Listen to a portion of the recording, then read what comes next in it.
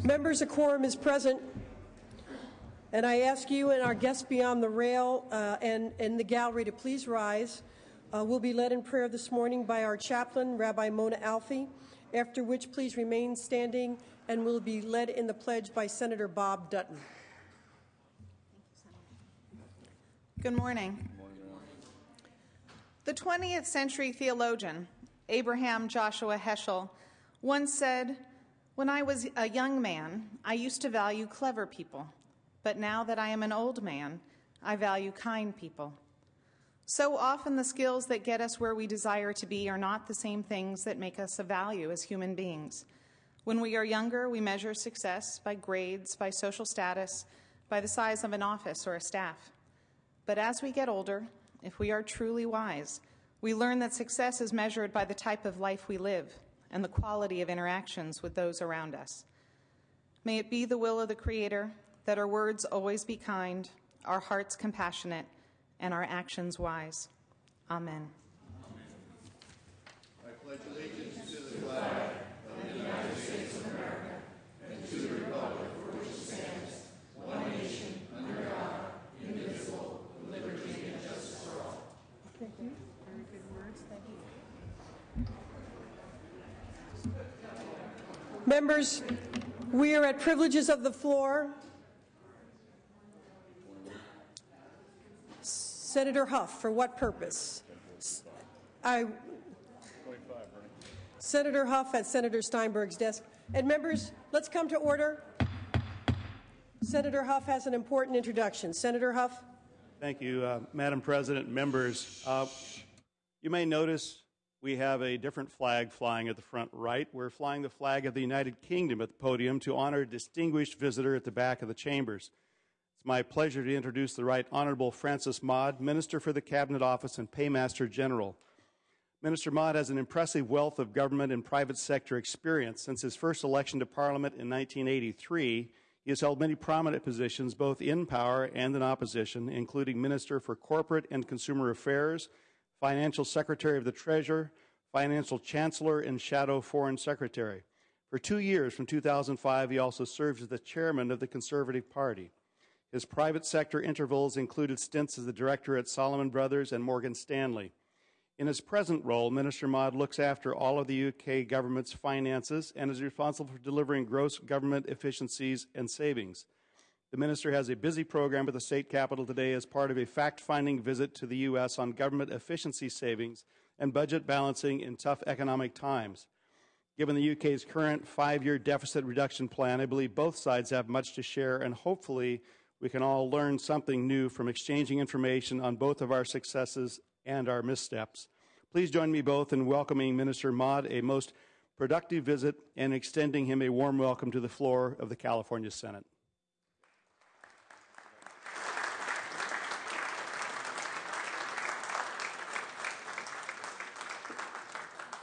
Madam President, would it be appropriate for him just to say a few words? Very appropriate. Without objection, Minister Maude, we welcome your words this morning at Senator Huff's microphone there. Good morning.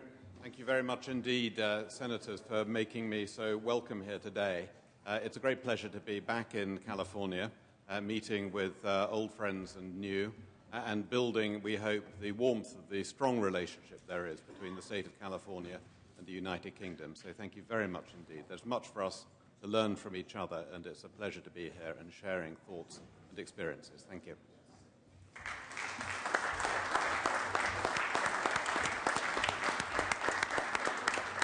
Thank you, Minister. Thank you, Senator Huff. Members, other privileges of the floor?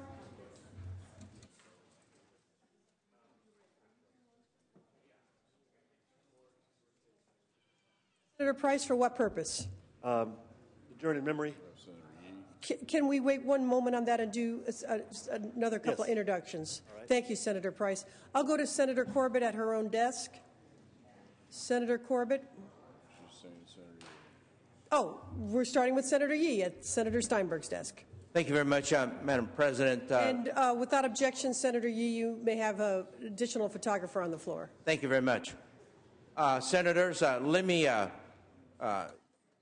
you to take note of this particular individual that I am going to introduce.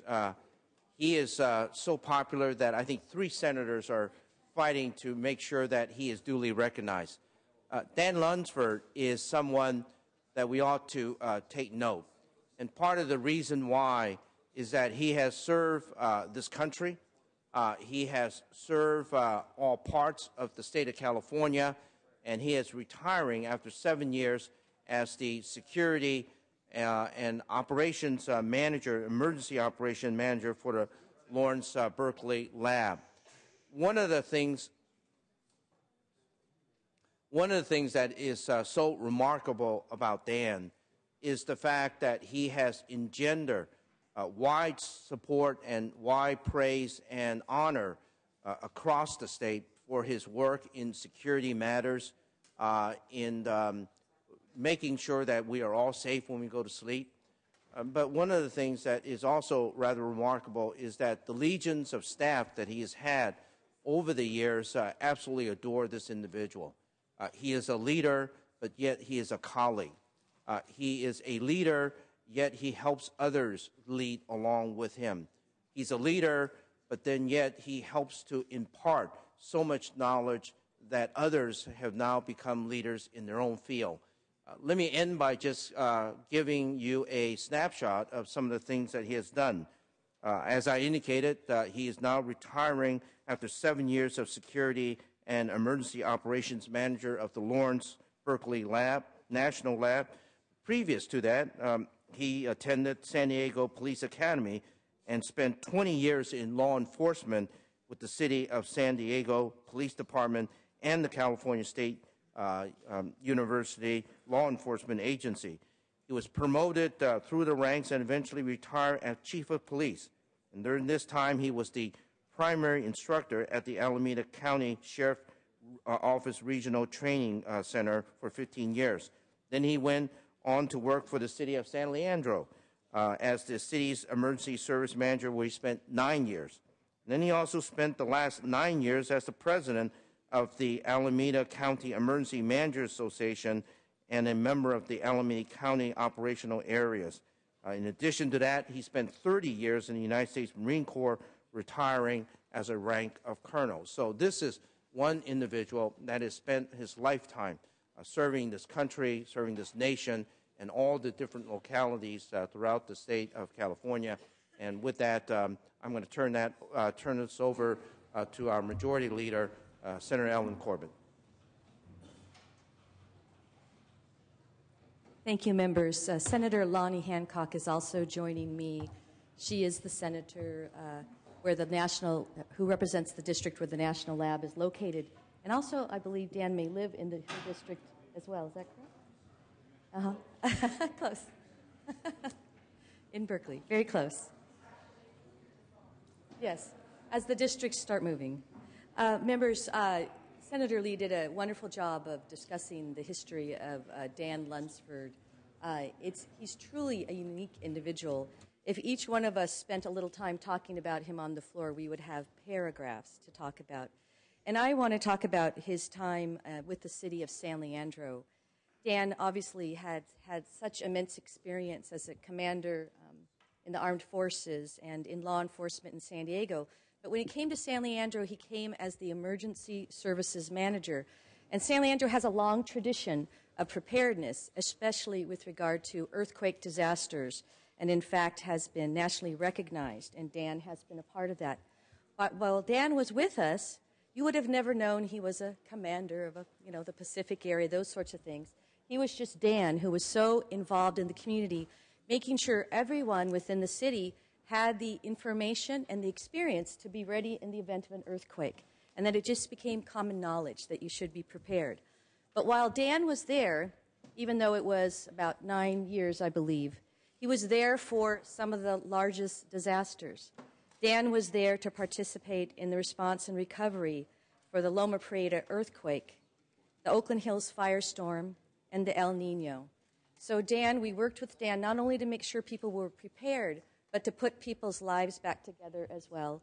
And one of the most touching stories I can tell you is Dan was very involved with a project where we had actually a landslide. It's not your typical landslide, but a fracture of a hillside in San Leandro where a large piece of hillside started to move into the homes of three houses within the city of San Leandro.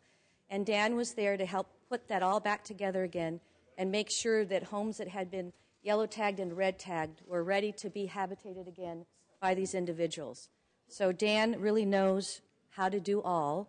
I know he's retiring. I'm sure we will be able to draw on his expertise in the future too, but we should make sure that we duly thank him for all of his work in his lifetime of public service. And I'd like to turn the microphone over to Senator Hancock to say a few words as well before I present the resolution.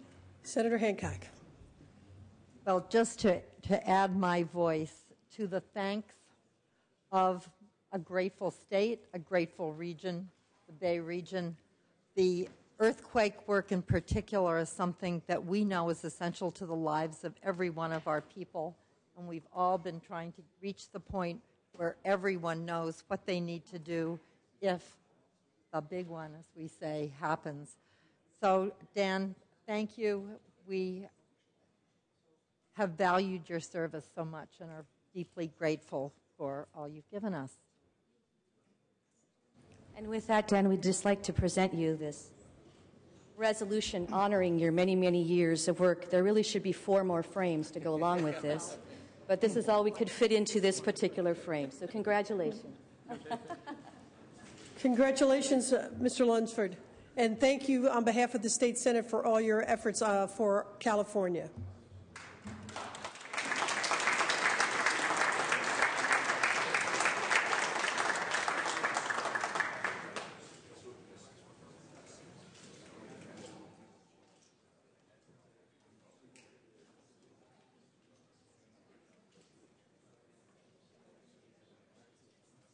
Senator De Leon, you have an introduction?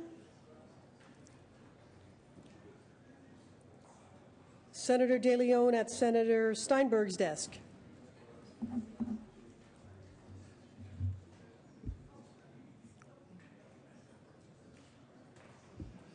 Madam President, as well as colleagues, I'd like to take this opportunity to introduce a special guest who's traveled from far away to be with us here today. That is Mr. Saul Reyes Salazar. Mr. Reyes Salazar comes from a family of peace and social justice activists in Ciudad Juárez, Chihuahua, Mexico. His passionate activism arises from a very, very heartbreaking story.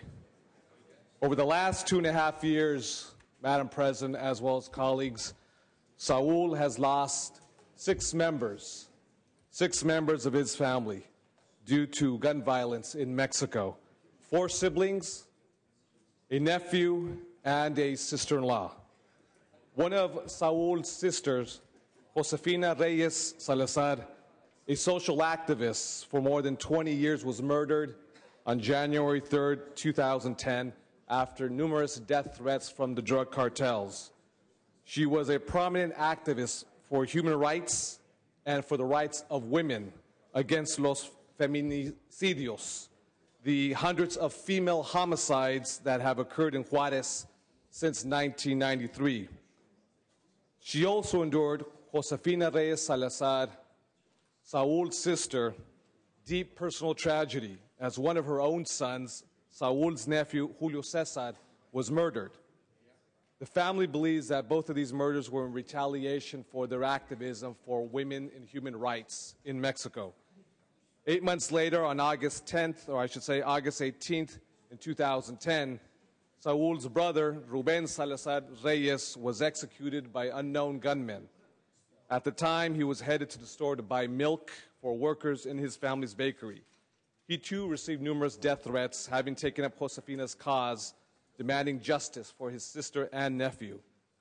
And last February 7th, 2011, 1 week forward, almost 1 year, one of Raul's other sisters, Magdalena, his brother, Elias Reyes Salazar, and his sister-in-law, Luisa Ornelas Soto, were kidnapped. A week after the kidnapping, the home of Saul's mother, Sara Salazar, was attacked with Molotov cocktails and burned down. In seeking justice and protection for their family, Saul and his mother, Sara, and sisters Claudia and Marisela Reyes Salazar carried out hunger strikes in front of the government offices in Mexico City, as well as in Juarez, Chihuahua. Sadly and tragically, 3 weeks after their kidnapping, the bodies of Magdalena, Elias, and Luisa were found dumped on the side of the road in Guadalupe, Chihuahua. Earlier this year, Mr. Reyes Salazar, Saul, was granted political asylum by the United States. Let me emphasize and underscore, colleagues, that this is a very rare feat for an individual from the Republic of Mexico to actually achieve political asylum in the United States. He is a powerful testament of the human cost, the real-life consequences of the drug war, firearms and ammunition trafficking, and the ensuing gun violence that is devastating thousands of families. He puts, in fact, a human face to these issues. Obviously, there's plenty of blame to go around, and there needs to be accountability here in the United States because we fuel the consumption with regards to the drug trafficking of the drugs that come up north and the arms that go down south. Saul and his sisters continue to fight today for justice, for the women, for victims in Mexico, and he's one of the founders of Mexicans in Exile based in El Paso, Texas.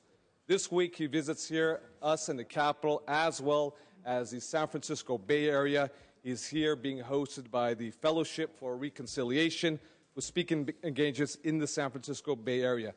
I'd like to, from the bottom of my heart, personally thank Saul for his willingness to share his story with us today and wish him the very best in his advocacy for peace and justice for all crime victims.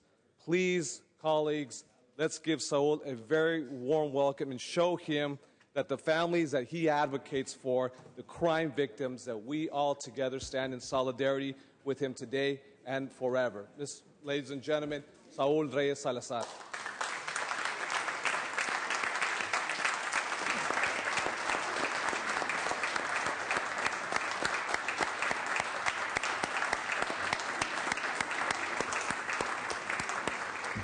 Thank you, Senator De Leon. And on behalf of the State Senate, we thank Saul Reyes Salazar for his efforts on behalf of peace in Mexico. Members, we are at privileges of the floor. Are there any further introductions? Any further introductions? Seeing none, then we'll go to messages from the governor. They'll be deemed read. Messages from the assembly will be deemed read. Reports of committees will be deemed read and amendments adopted. We're at motions and resolutions, members. And pursuant to Senate Rule 29.10, the following bills are referred to the Rules Committee: SB 81, SB 95, and SB 98. And then without objection, the following resolutions will be withdrawn from committee and placed on today's special consent calendar. That's SCR 60. All righty, thank you.